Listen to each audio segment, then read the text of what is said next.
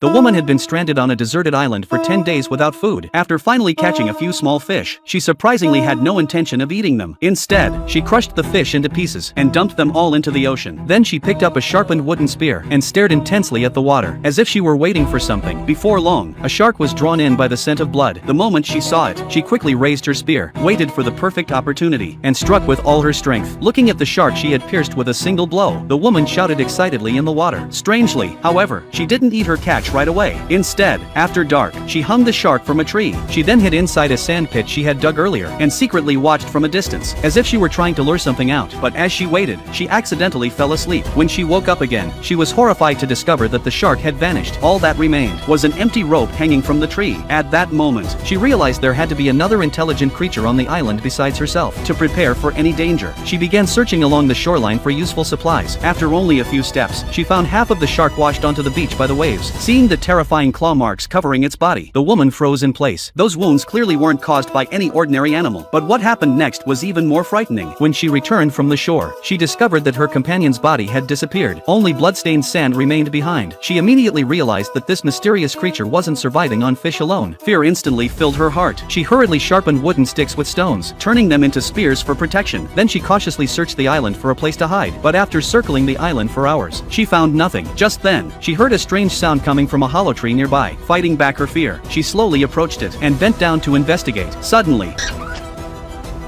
it was only a small bird. The woman let out a huge sigh of relief, but her anxiety quickly returned. Without a safe shelter, she feared the mysterious creature might attack her at any moment. So she gathered large palm leaves and sturdy wooden posts to build a temporary camp. From then on, she remained constantly on guard against an attack. However, the moment she looked up, she noticed something floating in the ocean.